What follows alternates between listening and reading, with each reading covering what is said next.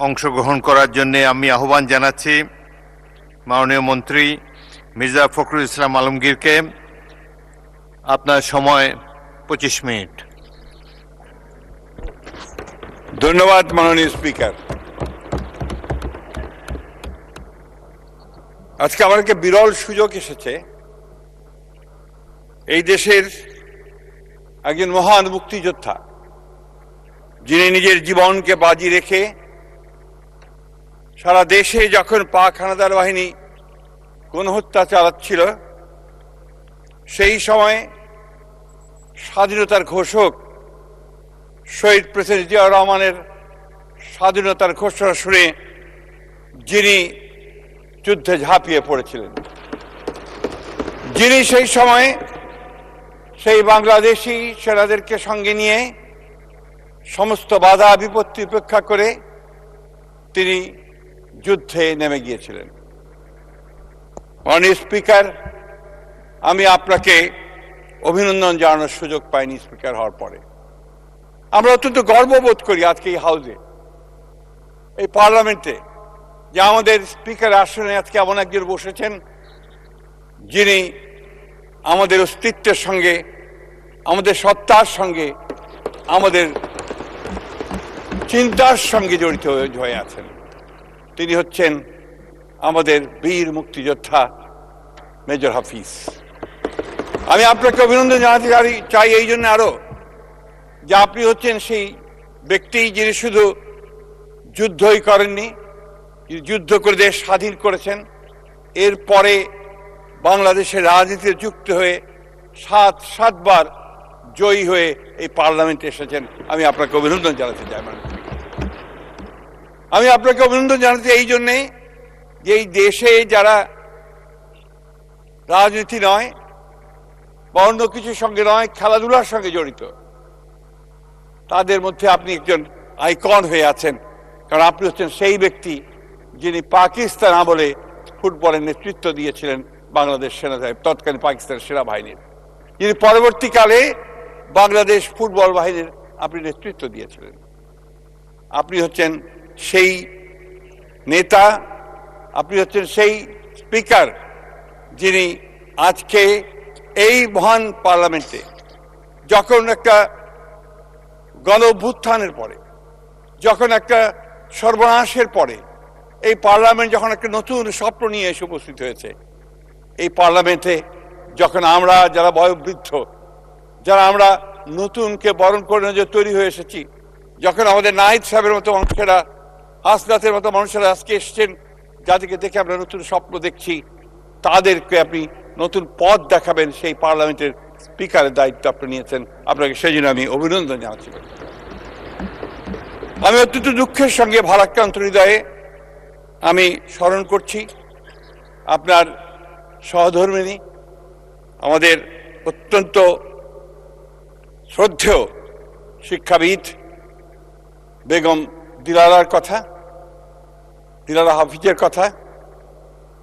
এই জন্য না যে তিনি আপনার সহধর্মিণী ছিলেন, এই জন্য আরো বেশি করে যে তিনি আমার সহপাঠী ছিলেন। আমরা দেখেছি যে একজন মহিয়সী মহিলা কিভাবে শিক্ষা নড়ে গেছিলেন, কিভাবে শিক্ষার আলো তিনি ছড়িয়ে গেছেন।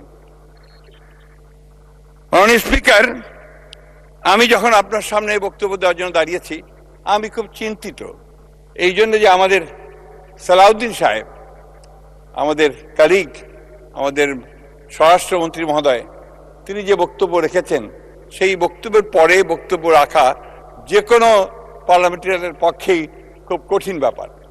তারপরেও আমি আশা করি যে আমি যেটা বলতে চাই সেটা আপনাদের সামনে আমি তুলে ধরার চেষ্টা করব। মাননীয় স্পিকার, এখানে সালাউদ্দিন সাহেব বসেছেন, তারপর আবার আমি বলেছেন, আবারও বলতে চাই যে আমাদের অভিযোগ উঠেছে আমাদের বিরুদ্ধে।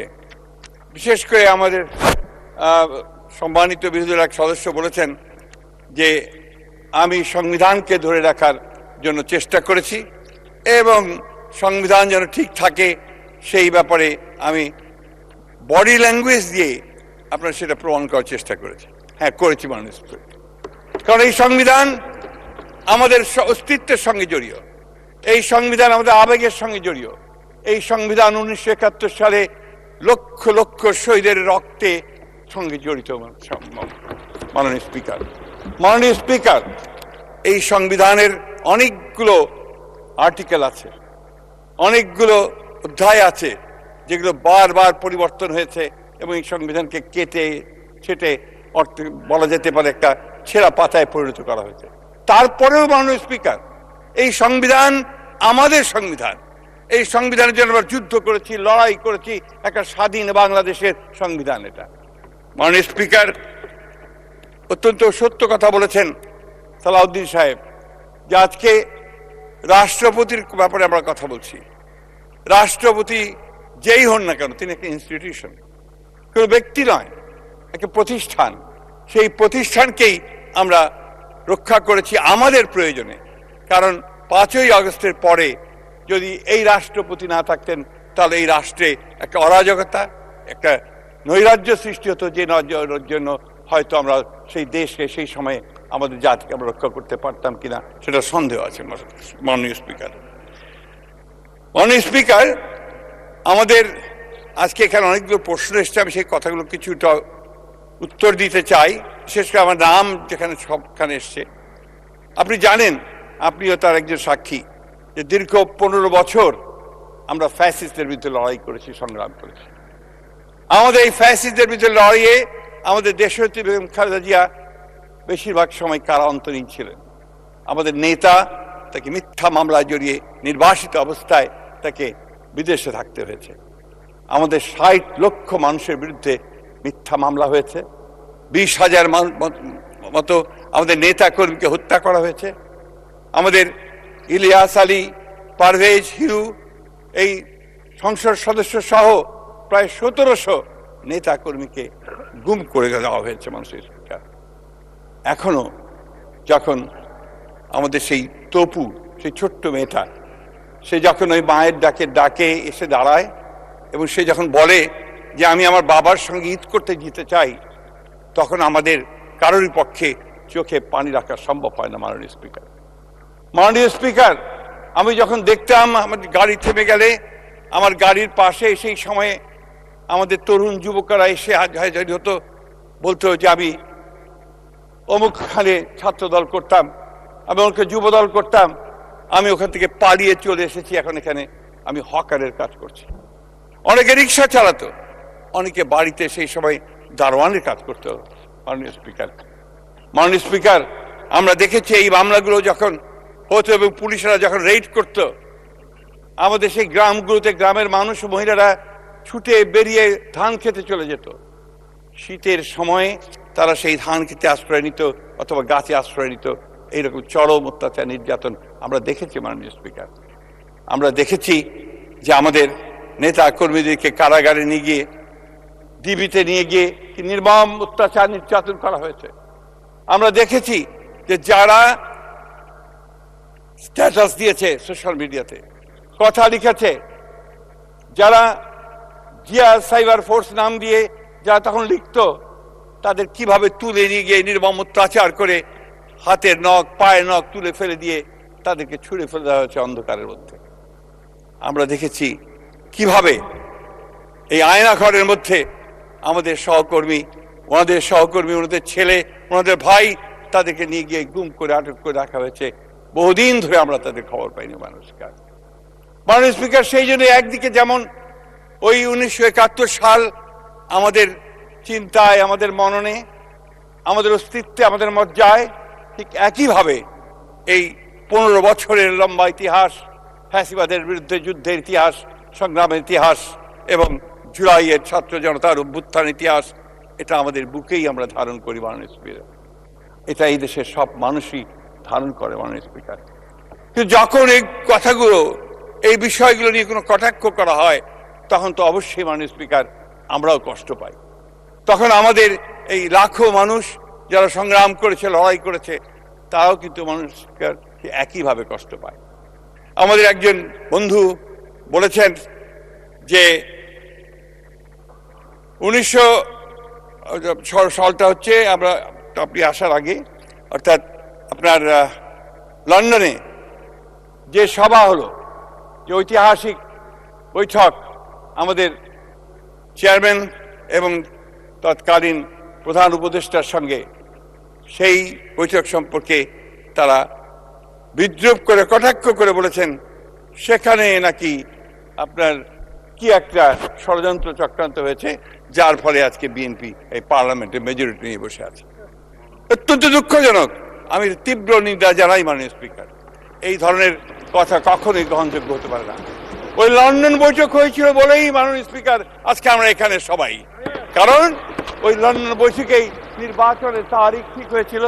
ওই লন্ডনের বৈঠকেই প্রধান উপদেষ্টা রাজি হয়েছিলেন যে দ্রুত ফেব্রুয়ারির মধ্যে এটি নির্বাচন দেবেন। এটাই হচ্ছে বাস্তবতা মাননীয় স্পিকার। এটাও আমাদেরকে সকলকে স্বীকার করে নিতে হবে। মাননীয় স্পিকার, আমি বয়স্ক মানুষ, আমরা 80-র দশকের 70 দশকের মানুষ। 70 দশক আমরা দেখেছি। আমরা দীর্ঘ সংগ্রাম করেছি, লড়াই করেছি বাংলাদেশের স্বাধিকারের জন্য। আমরা সংগ্রাম করেছি তৎকালীন পূর্ব পাকিস্তানের বিরুদ্ধে সত্যিকার অর্থে একটা স্বাধীন বাংলাদেশ নির্মাণ করবার জন্য। এটা আমরা করেছি। এবং পরবর্তীকালে যখন যুদ্ধ হয়েছে, যুদ্ধ শুরু হওয়ার আগে শহীদ প্রেসিডেন্ট জিয়াউর রহমানের সেই ডাকে যখন মানুষ ঝাঁপিয়ে পড়েছে, তখন সেই যুদ্ধে আমরাও সবাই গিয়ে ঝাঁপিয়ে পড়েছিলাম। মাননীয় স্পিকার, মাননীয় স্পিকার, সেই 71কে নিয়ে যদি কেউ কটাক্ষ করে, সেই 71কে কেউ যদি খাটো করার চেষ্টা করে, তখন সেটা আমাদের পক্ষে মেনে নেওয়া খুব কঠিন হয় মাননীয় স্পিকার। সেই জন্যই আমাদের কালিগ সালাউদ্দিন সাহেব যেটা বলেছেন, 71 নিয়ে কথা আমাদের বলতেই হবে মাননীয় স্পিকার, কারণ এটা আমাদের অস্তিত্ব, এটা আমাদের আমাদের আইডেন্টিফিকেশন, এটা আমাদের আইডেন্টিটি। আমি বারবার একই কথা বলছি, একটি কারণ মাননীয় স্পিকার, যে 71 হচ্ছে আমাদের পরিচয়। সেই জন্যই আমরা এই কথা বারবার বলি। মাননীয় স্পিকার, আজকে সংবিধান নিয়ে আমি কোনো বিশেষজ্ঞ নই, সেই সংবিধান নিয়ে কথা বলার দৃশ্যতা আমি দেখাবো না। সালাউদ্দিন সাহেব যা বলেছেন তার বাইরে কথা বলা আমার কিছু নেই। আমি জিনিস আপনাদের সামনে তুলে ধরতে চাই। এই দীর্ঘ সংগ্রামে, ফ্যাসিলিটি সংগ্রামে আমরা আমাদের বন্ধুদের সঙ্গে একসাথে কাজ করেছি। আমি অত্যন্ত কৃতজ্ঞতার সাথে স্মরণ করব যে আমরা সেই সময় যে আন্দোলনগুলো একসাথে করেছি, সেই আন্দোলনগুলোতে আমাদের অনেক নেতা আজকে এখানে আছেন, যাদের সঙ্গে আমরা কাজ করেছি। তাদেরও অনেক ক্ষতি হয়েছে, তাদের অনেকেই চলে গেছেন পৃথিবী ছেড়ে, তাদেরকে হত্যা করা হয়েছে, অনেককে আপনার ক্ষতি করা হয়েছে, এবং তাদেরকেও অনেককে দেশ ছেড়ে চলেও যেতে হয়েছিল। মাননীয় স্পিকার, মানুষের কিন্তু দুর্ভাগ্য আমাদের যে 5ই আগস্টের পরে ওনারা বলছেন যে আমাদের চেহারা বদলে গেছে। আমাদের চেহারা বদলায়নি মাননীয় স্পিকার। যারা হঠাৎ করে তাদের বদলে গেল, হঠাৎ করে মনে হলো যে তারা ক্ষমতায় যাওয়ার জন্য একটা ইঙ্গিত পেয়ে গেছেন এবং ক্ষমতায় যাওয়ার জন্য সবকিছু তৈরি হয়ে গেছে। এবং তখন তারা যে সমস্ত উক্তি এবং যে সমস্ত কথা বলেছেন বিভিন্ন বক্তব্যের মধ্য দিয়ে, এই বক্তব্যগুলো গণতন্ত্রকে সাহায্য করেনি মাননীয় স্পিকার। আজকে যে দূরত্ব, এই দূরত্বের সৃষ্টি হওয়ার, সেগুলো একটা কারণ। আপনারা এই নির্বাচনকে অস্বীকার করছেন, আপনারা এই নির্বাচনকে বলছেন যে ইঞ্জিনিয়ারিং করা হয়েছে। এটা কেউই মেনে নেবে না মাননীয় স্পিকার, মেনে নেয়নি, এই দেশে মানুষ এটা মেনে নেবে না। মাননীয় স্পিকার, আমি একটা কথা বলতে চাই যে আমরা কিন্তু সবসময় স্বপ্ন দেখেছি, আমাদের দলের প্রতিষ্ঠাতা শহীদ প্রেসিডেন্ট জিয়াউর রহমান যে স্বপ্ন দেখতেন, সেই স্বপ্ন, অর্থাৎ বাংলাদেশকে একটা সুখী সমৃদ্ধ বাংলাদেশ হিসেবে গড়ে তোলবার। ওনারা যখন সংস্কারের কথা বলেন এবং আমাদেরকে সংস্কার বিরোধী বলে চিহ্নিত করবার চেষ্টা করেন, পোস্টার নিয়ে এসেছেন অনেকে এখানে, এই পার্লামেন্টে বলেছেন যে আমরা সংস্কার চাই না। সংস্কার জনক তো আমরাই।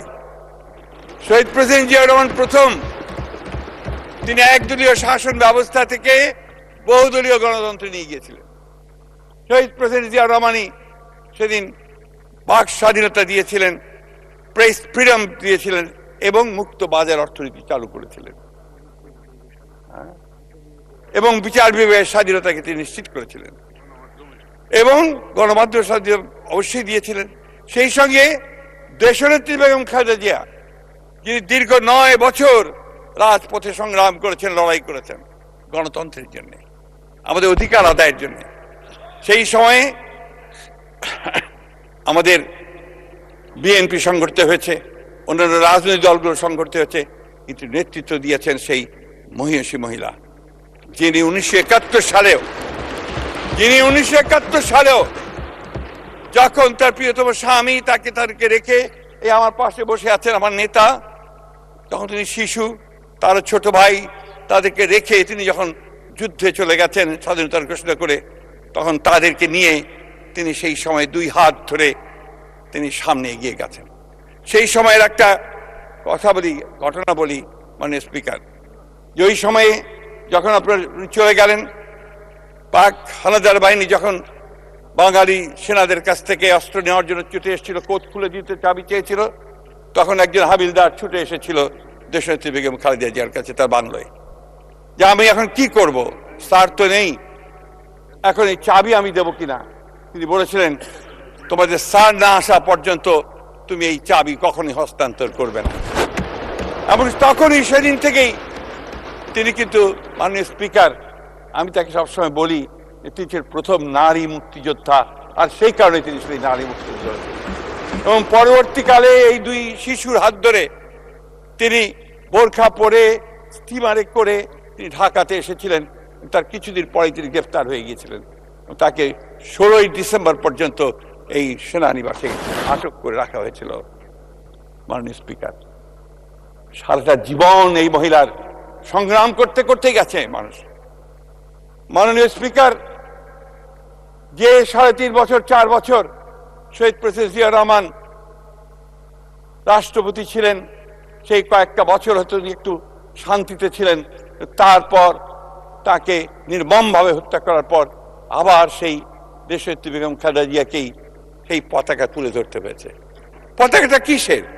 পতাকা হচ্ছে স্বাধীনতার, পতাকা হচ্ছে গণতন্ত্রের, পতাকা হচ্ছে বাংলাদেশের সার্বভৌমত্বের পতাকা। সেই পতাকা তিনি ধরে দেবেন। মাননীয় স্পিকার কোনোদিন আপোষ করেননি, এবং গণতন্ত্রের প্রশ্নে তার যে সংগ্রাম, সেই সংগ্রাম আমার মনে হয় যে এশিয়া উপমহাদেশে খুব কম মানুষেরই নেতারই এই সংগ্রামের সেই ইতিহাস আছে। আপনারা নিশ্চয়ই লক্ষ্য করেছেন যে দেশীয় নেত্রীকে যখন মিথ্যা মামলায় তাকে সাজা দিয়ে কারাগারে পাঠানো হচ্ছিল, তার কয়েকদিন আগেই কিন্তু তিনি লন্ডন থেকে এসেছেন। আপনার মনে আছে নিশ্চয়ই, মাননীয় সংসদ নেতা ইচ্ছা করলে যদি লন্ডনে থেকে যেতে পারতেন। তিনি জানতেন যে দেশে ফিরে গেলে তাকে কারাগারে যেতে হবে, তারপরেও তিনি এই দেশে ফিরে এসেছেন। কারণ বারবার তিনি কথা বলেছেন যে এই দেশেই আমার জন্ম, এই দেশেই আমার মরণ, আর এই দেশ ছেড়ে আমি কোথাও যাব না। যে মানুষটি সুস্থ স্বাভাবিক অবস্থায় হেঁটে গেলেন মাননীয় স্পিকার, গিয়ে কারাগারে গেলেন, সেই মানুষটি হুইল চেয়ারে করে হাসপাতালে ফেরত আসলেন 2 বছর পর। সেই মানুষটিকে আবার অসুস্থ অবস্থায় আটক করে রাখা হলো তার গৃহে বাকি 2 বছর। আমরা বারবার চেষ্টা করেছি, আমাদের উকিল সাহেবরা চেষ্টা করেছেন জামিনে তাকে মুক্ত করার জন্য। আমরা বারবার চেষ্টা করেছি বিভিন্নভাবে যে দেশনেত্রীকে কিভাবে চিকিৎসার জন্য বাইরে পাঠানো যায়। সেই ফ্যাসিস্ট হাসিনা সেটাও আমাদেরকে করতে দেননি। মাননীয় স্পিকার, আমি এই জন্য কথাগুলো বারবার করে মনে করে দিতে চাই যে অনেকে খাটো করে দেখেন বিএনপির অবদানকে, অনেকে খাটো করে দেখেন বিএনপি নেতৃত্বকে, অনেকে খাটো করে দেখেন জিয়া পরিবারকে, অথচ এই পরিবারের যে অবদান এই দেশে গণতন্ত্রকে প্রতিষ্ঠা করবার জন্য, এই দেশের স্বাধীনতা রক্ষা করবার জন্য, সার্বভৌমত্ব রক্ষা করার জন্য, এটা আর কারো আছে বলে আমার জানা নাই। মাননীয় স্পিকার, আমরা একটা কঠিন সময় অতিক্রম করছি। আমরা অনেক ত্যাগ তিতিক্ষার বিনিময়ে, অনেক রক্তপাতের মধ্য দিয়ে আমাদের ছোট ভাই, আমাদের ছেলে আবু সাইদ, ওয়াসিম এবং আরো শত শত